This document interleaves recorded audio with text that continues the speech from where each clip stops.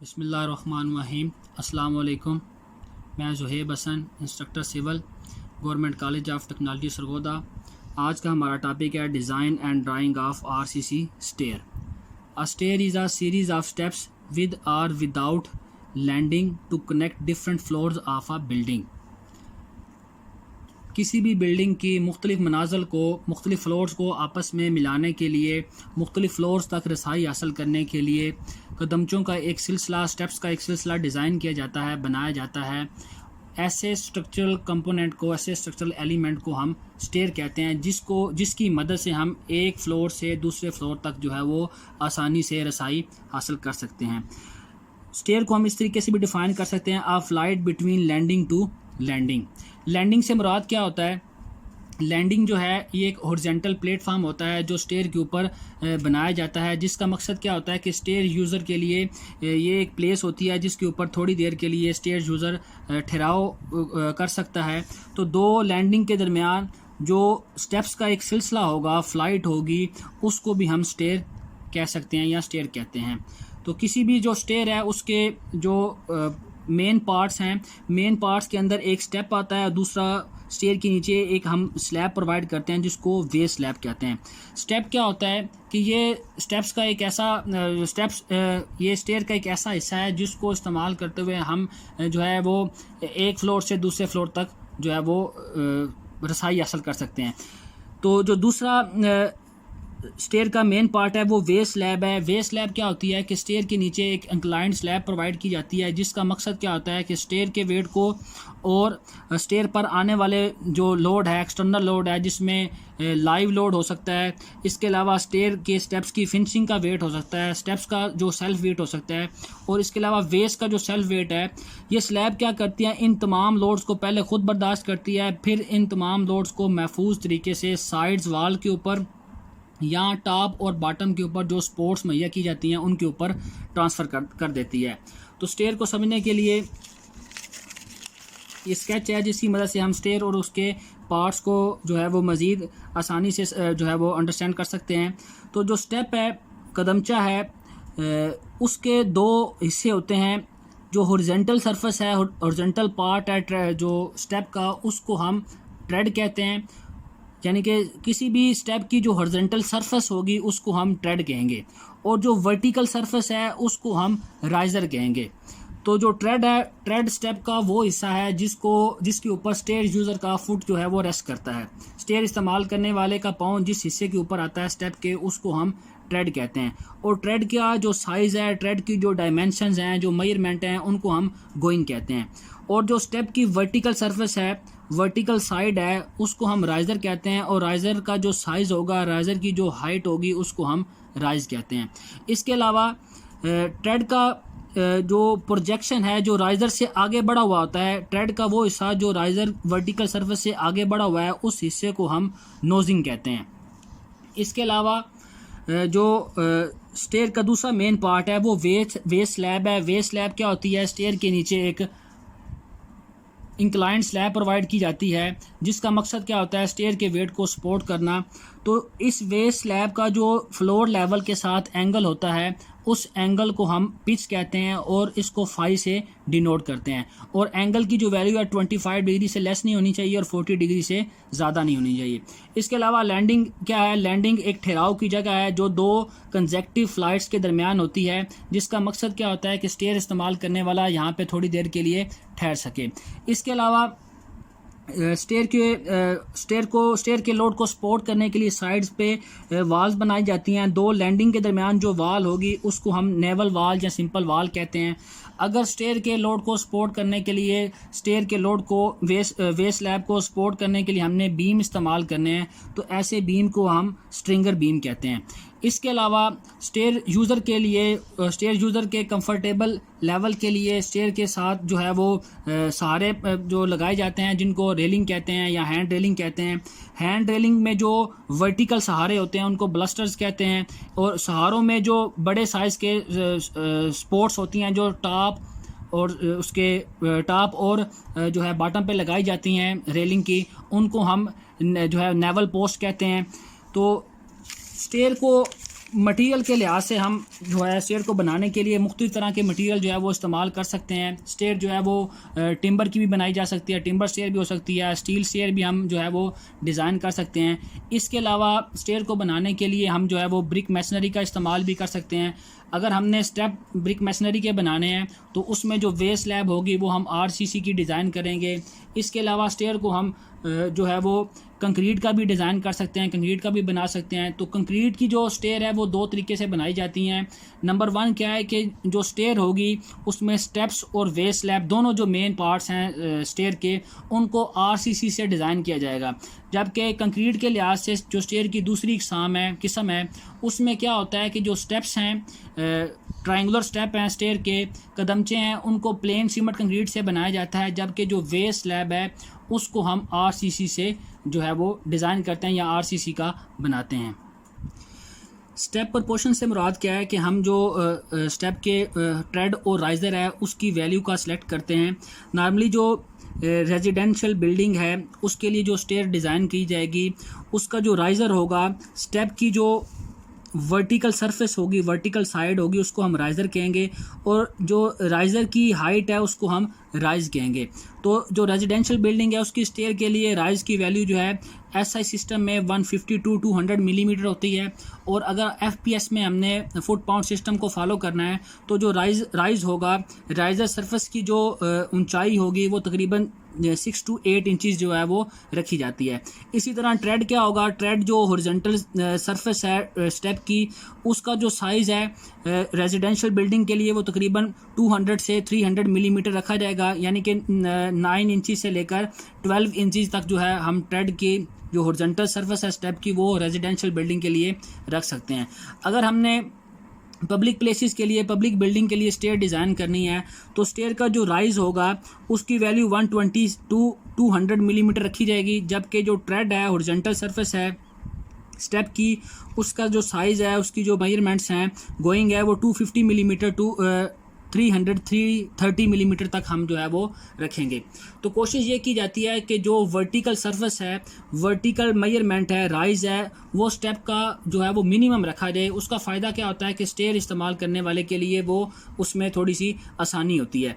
और जो ट्रेड है, ट्रेड जो है वो स्टेयर यूज़र के फुट के साइज़ के लिहाज से रखा जाता है कि जो हर साइज़ का जो आदमी है, हर साइज़ का जो मतलब हर साइज़ का जो फुट है उसके हिसाब से जो ट्रेड को हम जो है एक स्टैंडर्डाइज वैल्यू इसकी रखी जाती है कि मिनिमम जो वैल्यू है ट्रेड की वो 9 इंचज़ होनी चाहिए, और मैक्सिमम ये डिपेंड करती है कि हम किस प्लेस के ऊपर जो इसको हम डिज़ाइन कर रहे हैं। अगर ज़रूरत से ज़्यादा ट्रेड की जो हम वैल्यू रख देंगे तो इसका नुकसान क्या होगा कि स्टेयर बनाने के लिए हमें जो हॉरिजॉन्टल डिस्टेंस है उतना ही ज़्यादा चाहिए होगा। तो इसलिए कोशिश की जाती है कि ट्रेड की वैल्यू जो है वो 9 इंची से लेकर जो है 13 इंची तक ही सिलेक्ट की जाती है किसी भी किस्म की स्टेयर के लिए, चाहे वो रेजिडेंशियल पर्पस के लिए है, चाहे वो पब्लिक प्लेसेस के लिए है। तो नेक्स्ट ये है कि स्टेयर की जो टाइप्स हैं मटेरियल के लिहाज से, स्टेयर जो है वो टिम्बर की हो सकती है, स्टील की हो सकती है, कंक्रीट की हो सकती है। इसी तरह जो ज्योमेट्री के लिहाज से भी स्टेयर की जो है डिफरेंट टाइप्स हैं। हम सर्कुलर स्टेयर भी बना सकते हैं, स्पाइरल स्टेयर बना सकते हैं, डॉग लेग है, ओपन लेग है। इसके अलावा भी स्टेयर की जो हैं वो मुख्तलिफ टाइप्स हैं।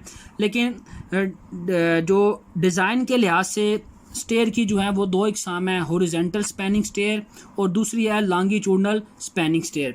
हॉरिजॉन्टल स्पैनिंग स्टेयर क्या होगी, if stair is supported by sides. इससे मुराद क्या है कि अगर जो सीढ़ी की वेस स्लैब है उसको साइड से सहारा दिया जाए, यानी कि सीढ़ी की वेस स्लैब अपने वज़न को और अपने ऊपर आने वाले वज़न को वेस स्लैब की मदद से साइडों वाली दीवारों के ऊपर या साइड बीम के ऊपर ट्रांसफ़र कर दे, तो ऐसी स्टेयर को हम हॉरिजॉन्टल स्पैनिंग स्टेयर कहेंगे। और दूसरी जो डिज़ाइन के लिहाज से स्टेयर की टाइप है वो है longitudinal spanning stair. Longitudinal spanning stair क्या होती है कि if stair is supported by ends, तो अगर स्टेयर को हम टॉप और बॉटम से सहारा देते हैं, इसका मतलब यह है कि जो स्टेयर की वेस स्लैब है अगर वो अपने वज़न को और अपने ऊपर आने वाले वज़न को टॉप एंड के ऊपर और बॉटम एंड के ऊपर जो वहाँ पे हमने सपोर्ट्स मुहैया किए हैं, बीम है या नीचे फ्लोर के साथ वो फ्लोर के ऊपर वज़न को जो है ट्रांसफ़र करती है, तो ऐसी स्टेयर जो टॉप और बॉटम से सपोर्टेड होती है, ऊपर वाले किनारे के ऊपर और नीचे वाले जो उसका एंड है उसके ऊपर अपने ऊपर आने वाले वज़न को ट्रांसफ़र करती है, तो ऐसी स्टेयर को हम लॉन्गिट्यूडनल स्पैनिंग स्टेयर कहेंगे। तो जो आज का हमारा टॉपिक था वो design of stair about horizontal spanning stair के हवाले से है। तो इसमें आज हम ये सीखेंगे कि जो हॉरिजॉन्टल स्पैनिंग स्टेयर है उसको किस तरह डिज़ाइन किया जाता है। जो हॉरिजॉन्टल स्पैनिंग स्टेयर है इसमें क्या होता है कि ये स्टेयर जो है वो साइड से सपोर्टेड होती है, यानी कि ये अपने वज़न को और अपने ऊपर आने वाले वज़न को साइड्स वाल्स के ऊपर या साइड्स बीम के ऊपर ट्रांसफ़र करती है, मुंतकिल करती है। तो ऐसी स्टेयर को हम हॉरिजॉन्टल स्पैनिंग स्टेयर कहते हैं। हॉरिजॉन्टल स्पैनिंग स्टेयर को किस तरह डिज़ाइन किया जाता है? हॉरिजॉन्टल स्पैनिंग स्टेयर को डिज़ाइन करने का जो तरीका है, मेथड है, वो सिंपल रेक्टेंगुलर बीम जैसा ही है कि बीम में हम क्या करते हैं कि अगर किसी बिल्डिंग में जो एक ही टाइप के 3-4 बीम आ रहे हैं तो हम सिंगल बीम को डिज़ाइन कर लेते हैं, बाकी उसके नंबर ऑफ बीम के साथ हम मल्टीप्लाई कर देते हैं, हमारे पास टोटल जो है वो क्वांटिटी ऑफ स्टील या जो है क्वांटिटी ऑफ कंक्रीट आ जाती है या एरिया ऑफ स्टील आ जाता है। तो स्टेयर को भी डिज़ाइन हमने कैसे करना है? जो हॉरिजॉन्टल स्पैनिंग स्टेयर होगी कि इसके जितने भी स्टेप्स होंगे एक फ्लाइट के अंदर, हम क्या करेंगे कि एक स्टेप को डिज़ाइन कर लेंगे, उसका एरिया ऑफ स्टील कैलकुलेट कर लेंगे, तो उसको बाकी जो जितने भी नंबर हैं स्टेप्स के उनके साथ मल्टीप्लाई कर देंगे, तो हमारे पास जो है वो टोटल क्वांटिटी ऑफ स्टील आ जाएगी। तो हॉरिजॉन्टल स्पैनिंग स्टेयर को किस तरीके से डिज़ाइन करते हैं कि बजाय सारी स्टेयर को डिज़ाइन किया जाए, इसमें हम क्या करते हैं, सिर्फ एक स्टेप को डिज़ाइन करते हैं। तो जो एक स्टेप है उसके जो है वो 3 हिस्से होते हैं, एक ट्रेड है, दूसरा राइज़र है और तीसरा उसकी जो इंक्लाइंड सरफेस है। हॉरिजॉन्टल सरफेस जो है उसको हम ट्रेड कहते हैं, वर्टिकल सरफेस को हम जो है राइज़र कहते हैं और जो इंक्लाइंड सरफेस है उसको हम ब्रेथ कहते हैं। तो जब एक स्टेप को हमने डिज़ाइन करना है तो हम ये कंसिडर करेंगे कि अगर हमने एक स्टेप को डिज़ाइन करना है, सिर्फ सिंगल इस स्टेप को डिज़ाइन करना है, तो ये सरफेस इसकी ट्रेड हो जाएगी, ये सरफेस राइज़र होगी और ये जो इंक्लाइंड सरफेस है ये जो है वो ब्रेथ ऑफ स्टेप हो जाएगी। तो सबसे पहले हमने क्या करना है कि एक स्टेप की हमने ब्रेथ कैलकुलेट करनी है। ब्रेथ कैलकुलेट करने के लिए हम क्या करेंगे, पाइथागोरस थ्योरम का इस्तेमाल करेंगे। उसको हम किस तरीके से जो है वो इस्तेमाल करेंगे, अगर हम यहाँ पे जो है वो एंगल कंसिडर कर लेते हैं कि यहाँ पे एंगल है थीटा, तो एंगल के सामने जो साइड होगी उसको हम जो है परपेंडिकुलर कहेंगे, जिस सरफेस के ऊपर एंगल गिर रहा होगा उसको हम बेस कहेंगे और रिमेनिंग साइड क्या है वो हाइपोटेनस हो जाएगी।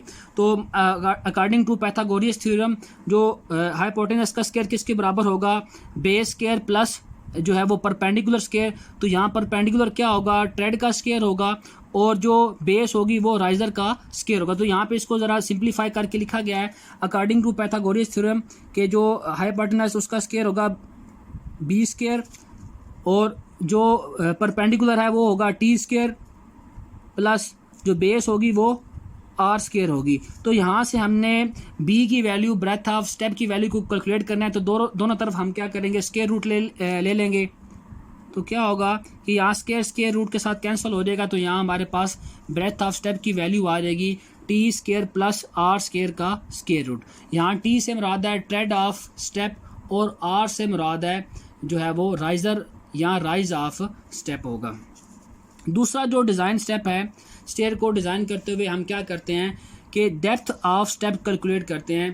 पहले हमने क्या किया है कि स्टेप की चौड़ाई को कैलकुलेट किया है, इसके बाद हमने क्या करना है, एक स्टेप की जो है गहराई या डेप्थ उसको हमने कैलकुलेट करना है कि एक स्टेप की जो डेप्थ है वो कितनी हो सकती है। डेप्थ ऑफ स्टेप कैलकुलेट करने के लिए सबसे पहले हमें ये पता होना चाहिए कि स्टेप की डेप्थ से मुराद क्या है। तो ये एक स्टेप का जो है वो क्रॉस सेक्शन दिखाया गया है। डेप्थ से मुराद क्या होगा कि जहाँ पे ट्रेड और राइज़र मीट करते हैं, वो जो प्रोजेक्शन होता है ट्रेड का उसको हम नोजिंग कहते हैं। नोजिंग पॉइंट से लेकर जो स्लैब की सोफेट है, स्लैब की जो नीचे वाली साइड है, नीचे वाली सरफेस है, उस तक का जो इंक्लाइन डिस्टेंस होता है उसको हम डेप्थ ऑफ स्टेप कहते हैं और उसको कैपिटल डी से हम डिनोट करते हैं। तो डेप्थ ऑफ स्टेप से मुराद क्या होगा कि नोजिंग ट्रेड के नोजिंग पॉइंट से लेकर स्लैब की सोफेट तक का जो इंक्लाइन डिस्टेंस होगा उसको हम किस से डिनोट करेंगे, कैपिटल डी से डिनोट करेंगे और उससे मुराद क्या होगा, डेप्थ ऑफ स्टेप। तो डेप्थ ऑफ स्टेप हम किस तरीके से कैलकुलेट करेंगे कि जो हॉरिजॉन्टल सरफेस है वो ट्रेड है, वर्टिकल सरफेस जो है वो राइज़र है, इंक्लाइंड सरफेस जो है वो ब्रेथ है। तो हम क्या करते हैं कि जो पहले स्टेप के नोजिंग से लेकर स्लैब की इनर सरफेस तक का डिस्टेंस है उसको हम स्मॉल डी से डिनोट कर लेते हैं। तो अगर हमने कैपिटल डी जो कि नोजिंग से लेकर 100 फीट तक का डिस्टेंस है ये कैलकुलेट करना है, तो ये हम किस तरीके से कैलकुलेट करेंगे कि स्मॉल डी के अंदर अगर हम थिकनेस ऑफ वे स्लैब को ऐड कर दें तो नोजिंग से लेकर स्लैब की 100 फीट तक का डिस्टेंस आ जाएगा।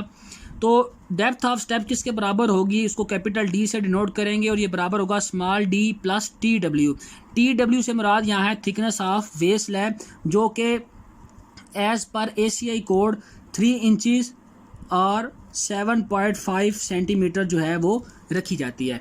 तो थिकनेस ऑफ जो वे स्लैब है वो तो अंडरस्टूड है, वो 3 इंचज़ होगी या 7.5 सेंटीमीटर होगी।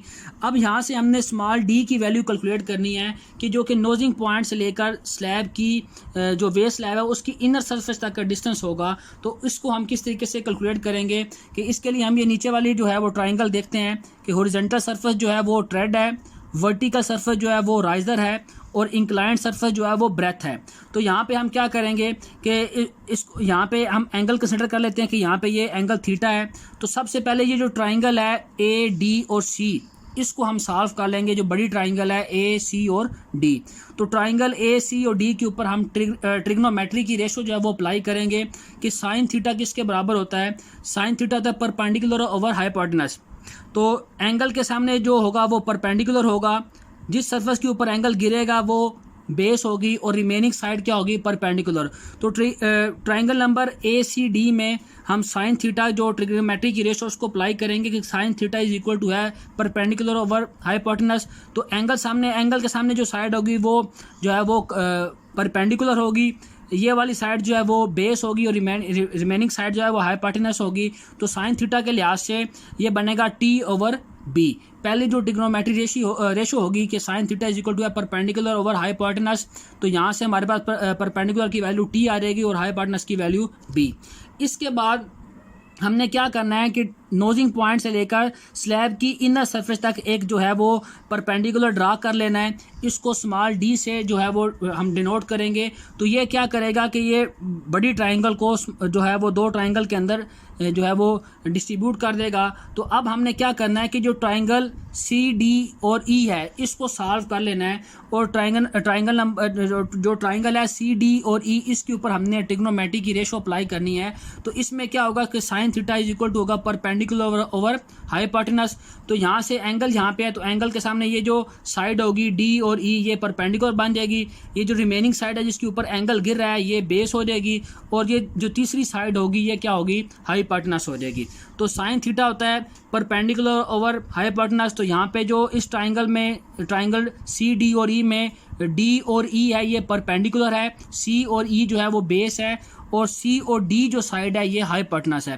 तो जो ट्रिग्नोमेट्री की रेशो ट्राइंगल CE और D पर CDE पर हम अप्लाई करेंगे तो यहाँ से साइन थीटा की वैल्यू आ जाएगी D/R। तो ये जो दोनों ट्राइंगल हैं इनके अंदर एंगल की वैल्यू सेम है, सेम एंगल ही इस्तेमाल किया गया है ट्राइंगल AC और D में और ट्राइंगल CD और E में। तो इन दोनों वैल्यू को हम कंपेयर कर लेंगे। तो यहाँ से क्या होगा कि एंगल दोनों आपस में कट जाएंगे। तो यहाँ से हमारे पास वैल्यू आ जाएगी T/B is equal to D/R। तो T से मुराद है ट्रेड ऑफ स्टेप, B से मुराद है ब्रेथ ऑफ स्टेप जो कि हमने यहाँ इस फार्मूला की मदद से कैलकुलेट की थी, D से मुराद है डेप्थ ऑफ स्टेप जो कि नोजिंग पॉइंट से लेकर वे स्लैब की इनर सरफेस तक है और D से मुराद है राइजर। तो यहाँ से हमने D की वैल्यू को कैलकुलेट करना, स्मॉल d की वैल्यू को। तो स्मॉल d की वैल्यू कैसी आएगी कि यहाँ पे R जो है वो इक्वल साइन की इस तरफ डिवाइड हो रहा है, दूसरी तरफ जाके मल्टीप्लाई हो जाएगा। तो जो डेप्थ ऑफ स्टेप है नोजिंग से लेकर वे स्लैब की इनर सरफेस तक वो आ जाएगी T/R/B। लेकिन हमने जो डेप्थ ऑफ स्टेप कैलकुलेट करनी थी वो थी नोजिंग पॉइंट से लेकर स्लैब की 100 फीट तक। अब जो स्मॉल d हमने कैलकुलेट किया ये नोजिंग से लेकर स्लैब की इनर सरफेस तक है। तो स्लैब की जो आउटर सरफेस है 100 फीट है, वहाँ तक जाने के लिए हम क्या करेंगे कि d के अंदर ये वाली जो डायमेंशन है इसको हम ऐड कर देंगे जो कि थिकनेस ऑफ वे स्लैब है। तो डेप्थ ऑफ स्लैब कैलकुलेट करने के लिए हम क्या करेंगे कि स्मॉल d के अंदर थिकनेस ऑफ जो वे स्लैब है उसको ऐड कर देंगे और थिकनेस ऑफ वे स्लैब कितनी ली जाएगी 3 इंचज़ और 7.5 सेंटीमीटर। तो जो टोटल डेप्थ ऑफ स्टेप होगी वो किसके बराबर होगी, T into R over B plus 3 inches R 7.8 centimetre. Next जो स्टेप है स्टेयर डिज़ाइन का, इसमें हम क्या करेंगे, स्टेयर के लिए लोड को कैलकुलेट करेंगे कि स्टेयर के ऊपर कौन कौन से लोड आ रहे हैं। तो इसके लिए सबसे पहले हमें ये मालूम होना चाहिए कि स्टेयर पे कितनी तरह के लोड आएंगे। तो जनरली स्टेयर के ऊपर 2 तरह के लोड आते हैं, डेड लोड और लाइव लोड। और इसमें जो लाइव लोड होगा वो किसका होगा, जो स्टेयर यूज़र हैं, स्टेयर को इस्तेमाल करने वाले हैं, इनका जो लोड होगा वो एज अ लाइव लोड जो है वो स्टेयर के ऊपर आएगा। और इसके अलावा जो दूसरा लोड आएगा स्टेयर के ऊपर वो कौन सा होगा, वो डेड लोड होगा। डेड लोड से मुराद ऐसा लोड है जो अपना पॉइंट ऑफ एप्लीकेशन चेंज नहीं करता। इसमें क्या होता है, किसी भी स्ट्रक्चर का सेल्फ वेट होता है। इसके अलावा कि जितने भी लोड स्ट्रक्चर पे आ रहे हैं जो परमानेंट तौर पे फिक्स किए गए हैं, जो अपना पॉइंट ऑफ एप्लीकेशन जो है वो पॉइंट ऑफ कंसंट्रेशन जो है वो चेंज नहीं करते, उन तमाम लोड्स को हम जो है वो डेड लोड कहते हैं। तो डेड लोड देखने के लिए डेड लोड कितनी तरह के जो है वो उसके स्टेयर के ऊपर, स्टेयर की वेस स्लैब के ऊपर आएंगे। तो इसके लिए हम जो है वो स्टेयर के जो है वो स्केच को देखेंगे कि जो सबसे पहला जो डेड लोड होगा वो क्या होगा, जो वेस स्लैब है, वेस स्लैब का जो खुद का वज़न होगा, सेल्फ वेट होगा, वो भी डेड लोड होगा। वेस स्लैब के ऊपर जो हमने स्टेप डिज़ाइन किया है, स्टेप बनाया है, उसका जो सेल्फ वेट होगा वो भी डेड लोड होगा। और इसके अलावा जो वेस स्लैब जो स्टेप है उसके ऊपर अगर हमने कोई फिनिशिंग की है, कोई ग्रैनुलेथिक फिनिशिंग किया है, या सीमेंट में जो प्लास्टर है उसका कोई कोट किया है, या ग्रैनुलेथिक फिनिश किया है, तो इसका जो वेट होगा वो भी जो है वो एज अ डेड लोड ही आएगा। इसके अलावा भी अगर स्टेयर को एस्थेटिक लुक देने के लिए हम इसके ऊपर किसी और किस्म का जो मटेरियल लगाते हैं तो उसका जो वेट भी होगा वो भी डेड लोड होगा। तो सबसे पहले जो हम लोड कैलकुलेट करेंगे वो डेड लोड होगा, और डेड लोड में वो होगा लोड ऑफ वेस स्लैब। तो किसी भी मटेरियल का, किसी भी स्ट्रक्चर का लोड हम किस तरीके से कैलकुलेट करते हैं कि लोड बराबर होता है स्पेसिफिक वेट बराबर होता है weight over volume. Specific weight कहते हैं specific weight with respect to volume, कि ऐसा मखसूस वज़न जो वॉल्यूम के लिहाज से वेरी करता है, वॉल्यूम के लिहाज से डिपेंड करता है, उस वेट को हम स्पेसिफिक वेट या वेट डेंसिटी कहते हैं। तो सबसे पहले हमने जो है वो लोड ऑफ वेस स्लैब निकालना है, सेल्फ लोड ऑफ वेस स्लैब निकालना है। तो वो किस तरीके से निकालेंगे कि स्पेसिफिक वेट बराबर है वेट ओवर वॉल्यूम। तो अगर यहाँ से हमने वेट निकालना हो तो इसका फार्मूला क्या हो जाएगा, स्पेसिफिक वेट इनटू वॉल्यूम हो जाएगा। तो वेट निकालने के लिए हमारे पास फार्मूला बनेगा स्पेसिफिक वेट इनटू वॉल्यूम। अब हम लोड किसका निकाल रहे हैं, वेस स्लैब का निकाल रहे हैं, तो स्पेसिफिक वेट भी वेस स्लैब का लेंगे और वॉल्यूम भी वेस स्लैब का ही इस्तेमाल किया जाएगा वेट कैलकुलेशन के लिए। तो जो स्पेसिफिक वेट है वेस स्लैब का, उसमें हम ये देखेंगे कि जो वेस स्लैब है वो किस मटेरियल की बनी हुई है। तो अगर वेस स्लैब बनी हुई है आरसीसी की, तो हम यहाँ पे स्पेसिफिक वेट ऑफ आरसीसी इस्तेमाल करेंगे, इनटू आ जाएगा वॉल्यूम ऑफ वेस स्लैब। तो स्पेसिफिक वेट ऑफ जो आरसीसी होता है वो एम के सिस्टम में 2400 किलोग्राम पर क्यूबिक मीटर होता है, और एफपीएस सिस्टम के अंदर 150 पाउंड्स पर क्यूबिक फीट होता है। तो इसका मतलब क्या है स्पेसिफिक वेट का, कि अगर यूनिट वॉल्यूम जो है, अगर कोई वेसल है, कोई बर्तन ऐसा है जिसका वॉल्यूम 1 क्यूबिक मीटर है, तो उसके अंदर आरसीसी का जो वेट आएगा वो 2400 किलोग्राम होगा। और अगर हम उसको एफपीएस सिस्टम में डील करते हैं तो अगर कोई वेसल उसका वॉल्यूम जो है वो यूनिट वॉल्यूम है 1 क्यूबिक फीट है, तो उसके अंदर आरसीसी का जो वेट आएगा वो 150 पाउंड होगा। तो स्पेसिफिक वेट तो डिपेंड करेगा कि हम किस सिस्टम को फॉलो कर रहे हैं। एफपीएस सिस्टम है तो 150 पाउंड होगा, और अगर एमकेएस सिस्टम है तो उसके लिए हम 2400 किलोग्राम लेंगे। अब वॉल्यूम ऑफ वेस स्लैब किस तरह कैलकुलेट किया जाएगा, वॉल्यूम ऑफ वेस स्लैब कैलकुलेट करने के लिए हम फार्मूला यूज़ करेंगे length into breadth into thickness या हाइट। जो वॉल्यूम है बेसिकली वॉल्यूम 3 डायमेंशनल होता है, तो वॉल्यूम निकालने के लिए हम क्या करेंगे, length into breadth into thickness जो या हाइट ऑफ वेस स्लैब है उसको मल्टीप्लाई कर देंगे। तो वॉल्यूम हम किसका कैलकुलेट कर रहे हैं, वेस का, तो लेंथ भी वेस की इस्तेमाल करनी है, ब्रेथ भी वेस की होगी, और थिकनेस भी हमने किसकी लेनी है, वेस स्लैब की ही लेनी है। तो जो स्टेयर है, हॉरिजॉन्टल स्पैनिंग स्टेयर है, उसको किस तरह डिज़ाइन किया जाता है, एक बीम की तरह डिज़ाइन किया जाता है, और बीम को हम जो है वो यूनिट लेंथ के लिहाज से डिज़ाइन करते हैं। तो लेंथ तो हम लेंगे वेस स्लैब की 1 फीट या 1 मीटर। थिकनेस ऑफ वेस स्लैब कितनी होगी, थिकनेस ऑफ वेस स्लैब जो है वो एफपीएस सिस्टम में हम 3 इंचज़ रखते हैं, और जो है एमकेएस सिस्टम है उसके अंदर 7.5 सेंटीमीटर रखी जाती है। अब ये तीसरी डायमेंशन रहेगी वो है ब्रेथ, कि वे स्लैब की हम ब्रेथ कितनी लेंगे। तो वे स्लैब की ब्रेथ हम कितनी लेंगे कि हमने हॉरिजॉन्टल स्पैनिंग स्टेयर में एक स्टेप को डिज़ाइन करना है, तो जितनी स्टेप की चौड़ाई होगी वेस की चौड़ाई भी हम उतनी ही रखेंगे। तो जो ब्रेथ ऑफ वे स्लैब लेंगे वो हम ब्रेथ ऑफ स्टेप के बराबर रखेंगे, जो कि हमने पहले स्टेप में कैलकुलेट किया है कि ब्रेथ ऑफ स्टेप बराबर है trade square plus riser square का होल का स्केयर रूट। तो यहाँ से हमने वॉल्यूम ऑफ जो है वो वे स्लैब कैलकुलेट कर लेंगे पर यूनिट लेंथ के लिहाज से। उसको हम जो है वो स्पेसिफिक वेट ऑफ RCC से मल्टीप्लाई करेंगे तो हमारे पास जो है वो लोड ऑफ वे स्लैब आ जाएगा पर यूनिट लेंथ के हिसाब से। इसके बाद जो दूसरा हमने लोड कैलकुलेट करना है वो होगा लोड ऑफ ट्रायंगुलर स्टेप, क्योंकि वेस के ऊपर हम क्या करते हैं, कदमचों को डिज़ाइन करते हैं, बनाते हैं। तो दूसरा क्या होगा, हमने स्टेप का वेट निकालना है। तो स्टेप का वेट भी हम कैसे निकालेंगे कि यही फार्मूला यूज़ करेंगे, specific weight is equal to weight over volume. तो वेट निकालने के लिए हम क्या करेंगे, स्पेसिफिक वेट को वॉल्यूम के साथ मल्टीप्लाई कर देंगे। तो जो स्टेप होगा उसकी शेप कैसे बनती है, ट्रायंगुलर शेप होती है।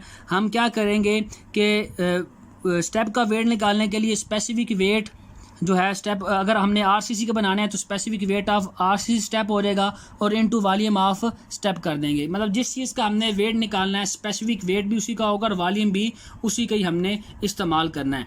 तो इसमें हम क्या करेंगे कि जो वॉल्यूम ऑफ स्टेप निकालने के लिए क्या कर देंगे, स्पेसिफिक वेट ऑफ स्टेप जो है अगर हमने PCC का बनाना है तो यहाँ आ जाएगा specific weight of PCC into volume of step. तो स्पेसिफिक वेट ऑफ PCC कितना होता है, प्लेन सीमेंट कंक्रीट का जो मखसूस वजन है वो 2300 किलोग्राम पर क्यूबिक मीटर होता है और FPS सिस्टम में 144 पाउंड पर क्यूबिक फीट होता है। तो स्पेसिफिक वेट तो डिपेंड करेगा, अगर हमने RCC की बनानी है तो उसका स्पेसिफिक वेट जो है वो 2400 हो जाएगा और FPS सिस्टम में 150 हो जाएगा।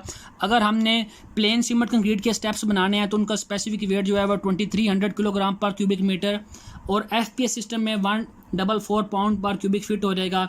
अगर हमने स्टेप जो है मैसनरी के बनाने हैं तो स्पेसिफिक वेट ऑफ मैसनरी इस्तेमाल करेंगे, जो कि MKS सिस्टम में जो है वो 1920 किलोग्राम पर क्यूबिक मीटर होता है और FPS सिस्टम में उसको 120 पाउंड्स पर क्यूबिक फीट लिया जाता है।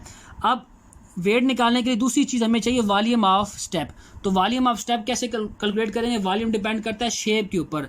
तो स्टेप की शेप कैसे होती है, ट्रायंगुलर की होती है। तो हम क्या करेंगे, ट्रायंगुलर शेप का वॉल्यूम निकालने के लिए हम क्या करते हैं, area of triangle into length कर देते हैं।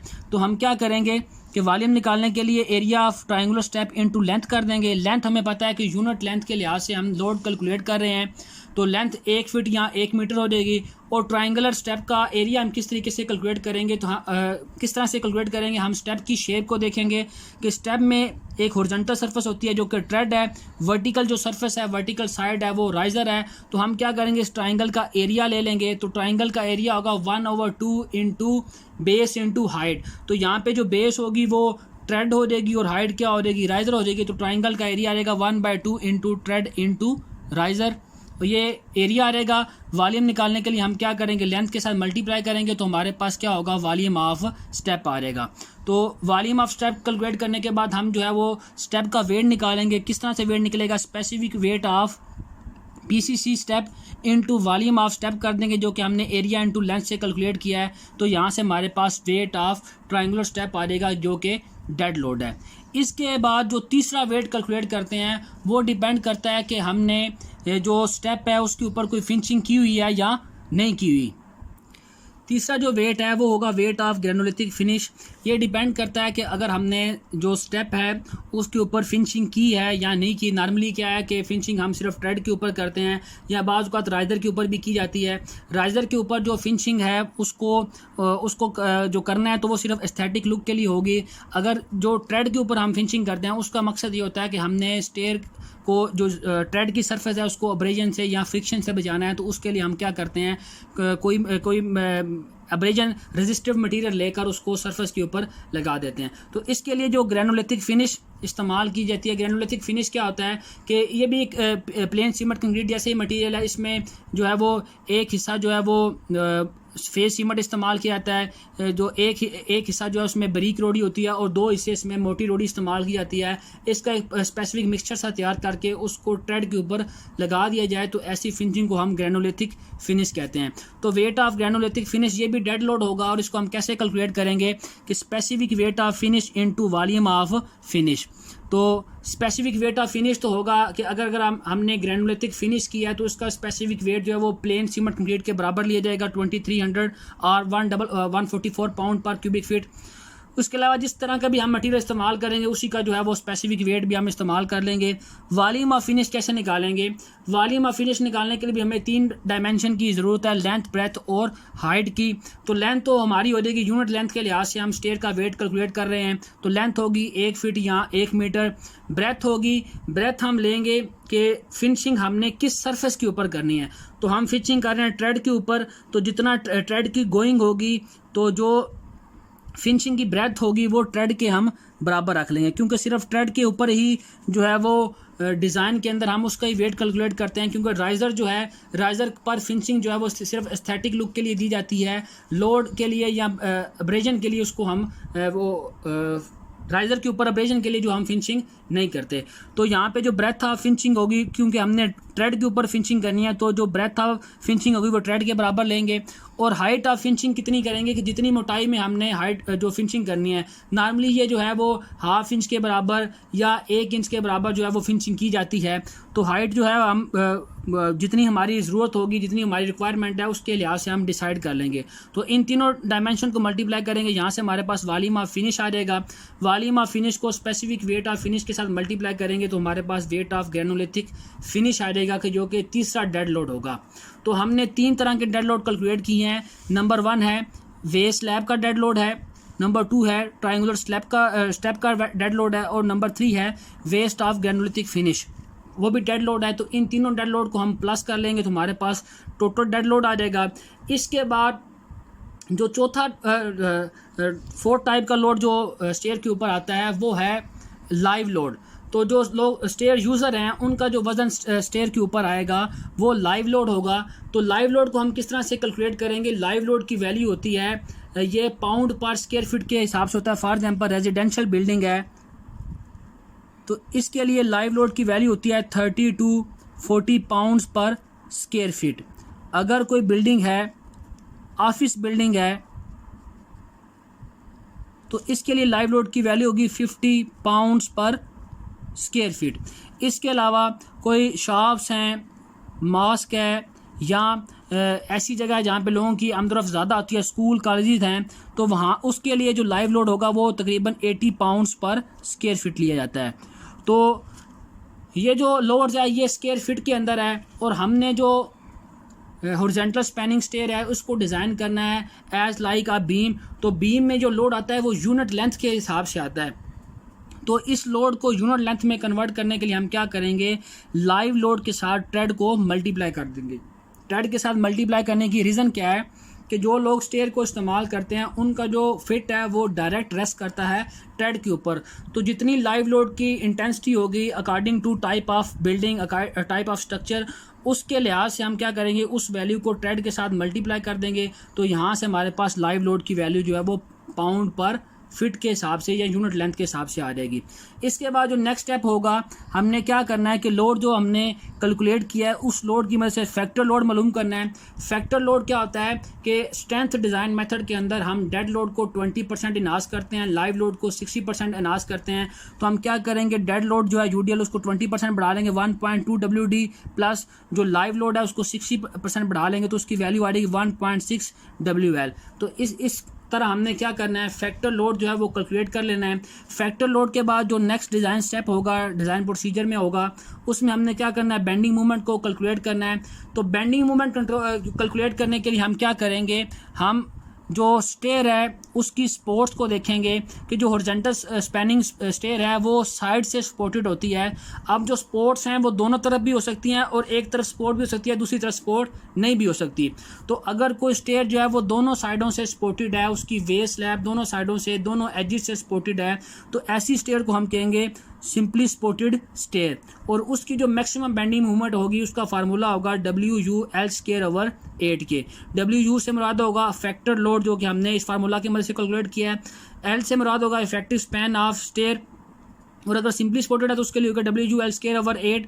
और अगर कैंटिलीवर स्लैब है, कैंटिलीवर स्टेयर है, तो उसके लिए जो मैक्सिमम बेंडिंग मूवमेंट होगी वो होगी WU_L²/2। इसके बाद हमने क्या करना है कि हम जो गिवन लोड है उसके हिसाब से इफेक्टिव डेप्थ कैलकुलेट करेंगे, डिज़ाइन डेप्थ कैलकुलेट करेंगे। इसका फार्मूला क्या होगा, D small D is equal to M U over 0.205 F C prime into B. M U से मुराद है फैक्टर्ड बेंडिंग मोमेंट, जो लोड के हिसाब से हमने इन फार्मूलाज की मदद से कैलकुलेट करनी है। 0.205 ये फार्मूले का फैक्टर है। एफ सी प्राइम से मुराद है ultimate stresses of concrete in compression at 28 days, कि जो कंक्रीट हमने इस्तेमाल किया है उसकी 28 दिनों के बाद जो कंप्रेशन में स्ट्रेंथ होगी उसको हम एफ सी प्राइम लेंगे। और यहाँ जो बी है, बी से मुराद क्या होगा, ब्रेथ ऑफ स्टेयर। तो ब्रेथ ऑफ स्टेयर कितनी लेनी है, हॉरिजॉन्टल स्पैनिंग स्टेयर में हम कितने स्टेप डिज़ाइन करते हैं, एक स्टेप को डिज़ाइन करते हैं, तो जितनी स्टेप की चौड़ाई होगी वेस की चौड़ाई भी हम उतनी रखते हैं। तो यहाँ बी से मुराद होगा ब्रेथ ऑफ स्टेप, जो कि T square plus R square के स्क्वायर रूट के बराबर होती है। तो ब्रेथ ऑफ स्टेप तो हमने ये पहले कैलकुलेट कर ली होगी पहले डिज़ाइन स्टेप में। एफ सी प्राइम ये की वैल्यू जो है वो कंक्रीट के ऊपर डिपेंड करेगी किस ग्रेड की कंक्रीट है। और एम यू जो है वो हमने जो एंड कंडीशन के लिहाज से और स्पोर्ट कंडीशन के लिहाज से हमने कैलकुलेट कर ली होगी। तो यहाँ से हमने इफेक्टिव डेप्थ की वैल्यू निकालनी है। इफेक्टिव डेप्थ की जो वैल्यू है उसको ग्रेटर देन होना चाहिए या इक्वल टू होना चाहिए कैपिटल डी ओवर 2 से। अब कैपिटल डी क्या है, कैपिटल डी से मुराद क्या है कि ये डेप्थ ऑफ स्टेप है जो कि नोजिंग पॉइंट से लेकर स्लैब की 100 फीट तक का डिस्टेंस होता है, नोजिंग पॉइंट से लेकर स्लैब की 100 फीट तक का, और जिसमें थिकनेस ऑफ स्लैब भी ऐड होती है जो कि हमने कैलकुलेट की थी कि डेप्थ ऑफ जो स्टेप है वो बराबर है, टोटल डेप्थ ऑफ जो स्टेप है वो बराबर है T into R over B plus 3 inches. T से मुराद है ट्रेड ऑफ स्टेप, आर से मुराद है राइजर ऑफ स्टेप, बी से मुराद है ब्रेथ ऑफ स्टेप, और ये जो 3 इंचज़ है और 7.5 सेंटीमीटर ये बेसिकली थिकनेस ऑफ स्लैब है। तो ये जो हम डिज़ाइन डेप्थ कैलकुलेट करेंगे, डिज़ाइन डेप्थ की वैल्यू को जो डेप्थ ऑफ स्टेप है, डेप्थ ऑफ स्टेप किसके बराबर होगी, ये होगी T into R over B plus thickness of वे स्लैब, कि जो डेप्थ ऑफ स्टेप है उसको जो इफेक्टिव डेप्थ ऑफ स्टेप है, जो डिज़ाइन डेप्थ है उसको डेप्थ ऑफ स्टेप के हाफ के बराबर होना चाहिए या इससे ज़्यादा होना चाहिए। तो अदरवाइज अगर जो इफेक्टिव डेप्थ है उसकी वैल्यू डिज़ाइन जो डेप्थ ऑफ स्टेप है उससे कम आ रही है, यानी कि डी की वैल्यू जो है, स्मॉल डी की वैल्यू जो डेप्थ ऑफ स्टेप के हाफ से कम आ रही है, तो फिर हम क्या करेंगे कि ये जो इफेक्टिव डेप्थ होगी इसको बढ़ाकर जो डेप्थ ऑफ स्टेप के हाफ के बराबर कर देंगे, क्योंकि अगर इससे कम हम स्लैब की जो हाइट रखेंगे, थिकनेस ऑफ जो हमने डेप्थ ऑफ इफेक्टिव डेप्थ जो हमने डिज़ाइन करनी है, अगर डेप्थ ऑफ स्टेप के हाफ से कम है तो इसका नुकसान क्या होगा कि जो जितना भी लोड आ रहा है, जो स्टेयर है उस लोड को बर्दाश्त नहीं कर सकेगी। तो जो इफेक्टिव डेप्थ है, डिज़ाइन डेप्थ है, उसको डेप्थ ऑफ स्टेप के हाफ से ज़्यादा होना चाहिए। ये एज़ पर ACI कोड की रिक्वायरमेंट है। नेक्स्ट स्टेप में हमने क्या करना है, एरिया ऑफ स्टील कैलकुलेट करना है। एरिया ऑफ स्टील कैलकुलेट करने के लिए हम 4 तरह के मेथड इस्तेमाल करते हैं। डायरेक्ट सोल्यूशन है, डिज़ाइन टेबल हैं, डिज़ाइन ग्राफ हैं, और उसके अलावा यूजिंग ट्रायल मेथड है। तो जो सबसे सिंपल मेथड है वो ट्रायल मेथड है। ट्रायल मेथड में हम क्या करते हैं, सबसे पहले डेप्थ ऑफ स्ट्रेस ब्लॉक को कैलकुलेट करते हैं, जो कि बीम के लिए D/3 टू D/4 के बराबर होती है। यहाँ D से मुराद है इफेक्टिव डेप्थ ऑफ स्टेयर, और यहाँ D/3 हम सेलेक्ट करेंगे, यहाँ D/4 की वैल्यू सेलेक्ट करेंगे। इसके बाद हम area of steel in main इस्तेमाल करेंगे, कैलकुलेट करेंगे। एरिया ऑफ स्टील मेन का फार्मूला क्या होगा, MU over 0.9 into FY into D minus A/2। MU से मुराद होगा अल्टीमेट बेंडिंग मोमेंट, जो स्टेयर की एंड कंडीशन के लिहाज से हमने कैलकुलेट किया है। FY से मुराद होगा यील्ड स्ट्रेसिस ऑफ स्टील, जो कि स्टील के ग्रेड के ऊपर डिपेंड करती है। 40 ग्रेड है तो 40,000 PSI होगी, 60 ग्रेड है तो 60,000 PSI उसकी टेंसाइल स्ट्रेंथ होगी यील्डिंग के ऊपर। D से मुराद होगा इफेक्टिव डेप्थ ऑफ स्टेप, जो कि अगर हमने लोड के हिसाब से कैलकुलेट किया है तो वो MU over 0.205 FC prime into B के बराबर होगी। अगर इससे वैल्यू कम आ रही है, जो depth of total depth of step है इसके हाफ से कम आ रही है, तो हम क्या करेंगे कि इसको डेप्थ ऑफ स्टेप के हाफ के बराबर कर देंगे। अगर इससे ज़्यादा आ रही है तो उसको हम वो सेटिस्फैक्ट्री होगी, उसी को ही आगे इस्तेमाल करेंगे। तो ये D से मुराद होगा effective depth of step, minus A से मुराद होगा depth of stress block, over 2 इस फार्मूला के अंदर हम वैल्यू पुट करेंगे, यहाँ से हमारे पास एरिया ऑफ स्टील मेन आ जाएगा। इसके बाद हमने क्या करना है, ये ट्रायल मेथड है, ट्रायल मेथड के अंदर डेप्थ ऑफ स्ट्रेस ब्लॉक और एरिया ऑफ स्टील को हम बार बार रिवाइज करते रहते हैं। तो दोबारा डेप्थ ऑफ स्ट्रेस ब्लॉक निकालेंगे, उसका फार्मूला होगा AS main into FY over 0.85 FC prime into B। AS main से मुराद क्या होगा कि ये जो हमने एरिया ऑफ स्टील कैलकुलेट किया है into FY over 0.85 FC prime into B। इस फार्मूला के अंदर हम वैल्यू पुट करेंगे, यहाँ से हमारे पास डेप्थ ऑफ स्ट्रेस ब्लॉक आ जाएगी। इसके बाद दोबारा हमने AS कैलकुलेट करना है और उसमें जो डेप्थ ऑफ स्ट्रेस ब्लॉक की वैल्यू निकालेंगे वो दूसरे ट्रायल वैल्यू पुट कर देंगे। इस तरह हमने 3 बार इसको रिपीट करना है। जो third time area of steel आएगा अगर हम उसको सिलेक्ट कर लेंगे, अगर वो मिनिमम जो स्टील रेशो है उससे उसकी वैल्यू ज़्यादा आएगी। उसके बाद हमने क्या करना है कि ये तो मेन स्टील का एरिया हमने कैलकुलेट किया है, area of steel in distribution calculate करेंगे। उसका फार्मूला क्या होगा 0.2% of B into effective depth of step. तो ये जो एरिया ऑफ स्टील डिस्ट्रीब्यूशन है ये ग्रेड के ऊपर डिपेंड करता है। अगर 40 ग्रेड है तो उसके लिए हम वैल्यू लेंगे 0.2% into B into effective depth. और अगर हमने 60 ग्रेड का स्टील इस्तेमाल करना है तो उसके लिए जो एरिया ऑफ स्टील डिस्ट्रीब्यूशन होगा वो कम हो जाएगा, उसकी वैल्यू होगी 0.18% ऑफ B इंटू D। तो यहाँ B से मुराद होगा ब्रेथ ऑफ स्टेप जो कि T² प्लस R² के स्क्वायर रूट के बराबर होती है। D से मुराद होगा इफेक्टिव डेप्थ जो कि हमने D/2 के बराबर रखनी है, कैपिटल D/2 के बराबर रखनी है, या हम उसको अकॉर्डिंग टू लोड कैलकुलेट करेंगे जो कि हमारी डिज़ाइन डेप्थ होगी।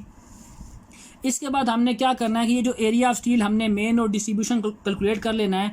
एरिया ऑफ स्टील जो मेन है इसकी वैल्यू को ग्रेटर देन होना चाहिए मिनिमम स्टील रेशो से और AS मिनिमम से, एरिया ऑफ स्टील मिनिमम से। तो एरिया ऑफ स्टील मिनिमम हम कैसे निकालेंगे, इसको कैलकुलेट करने का तरीकाकार क्या है कि steel ratio minimum into B into D। B से मुराद होगा ब्रेथ ऑफ स्टेयर या breadth of step, into D से मुराद होगा effective depth of step. Rho minimum से मुराद है मिनिमम स्टील रेशो, और इसका फार्मूला होता है एज पर ACI कोड ये है 1.4 ओवर FY और 200 ओवर FY। 1.4 ओवर FY की जो वैल्यू है वो हम सिस्टम इंटरनेशनल के अंदर इस्तेमाल करेंगे, और अगर FPS सिस्टम है तो इसके लिए वैल्यू होगी 200 ओवर FY। तो जो AS मेन हमने निकाला है उसकी value area of steel minimum से ज़्यादा होनी चाहिए। अदरवाइज जो AS मेन है उसको हम अगर AS मिनिमम से कम आ रहा है तो AS मेन को बढ़ाकर हम AS मिनिमम के बराबर कर देंगे, क्योंकि जो AS मिनिमम है ये हमारे पास एक बॉर्डर है, एक लिमिट है। अगर हम इससे कम स्टील डालेंगे तो जो स्टेयर है उसकी वेस्ट स्लैब है वो सेव नहीं रहेगी, स्टेबल नहीं रहेगी, बल्कि वो लोड की वजह से फेल हो जाएगी। तो लास्ट स्टेप क्या है कि इसके अंदर हम स्पेसिंग ऑफ बार निकालते हैं। तो स्पेसिंग ऑफ बार हम कैसे निकालेंगे, मेन बार की स्पेसिंग अलग से होगी, डिस्ट्रीब्यूशन स्टील की स्पेसिंग हम अलग से निकालेंगे। तो मेन बार की स्पेसिंग होगी एरिया बार ओवर AS इंटू 12 और 1000 मिलीमीटर। तो एरिया बार हम कैसे निकालेंगे, एरिया बार का फार्मूला होगा πd² ओवर 4, क्योंकि बार जो है वो सर्कुलर शेप की होती है, और डायमीटर ऑफ बार जो है वो हम 3 सूत्र से लेकर 3/8 इंच से लेकर 5/8 इंच तक जो है वो स्टेयर के अंदर इस्तेमाल करते हैं। ऐसा सिस्टम में कितना होगा 8 मिलीमीटर से लेकर 16 मिलीमीटर तक जो है हम डायमीटर ऑफ बार जो है वो इस्तेमाल करते हैं।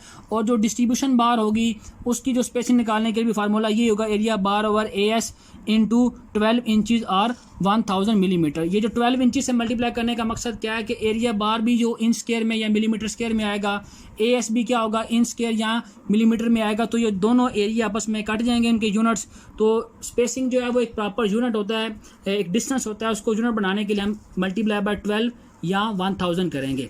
तो स्पेसिंग आप बार कैलकुलेट करने के बाद जो मैक्सिमम स्पेसिंग है उसकी कोशिश की जाती है कि मैक्सिमम स्पेसिंग जो है वो 18 इंच से कम होनी चाहिए। नॉर्मली क्या है कि डिज़ाइन के अंदर अगर मेन बार हैं तो उसके लिए स्पेसिंग जो है वो एज पर फील्ड प्रैक्टिस क्या है 2 टाइम ऑफ थिकनेस ऑफ जो है या डेप्थ ऑफ स्टेप होनी चाहिए, और जबकि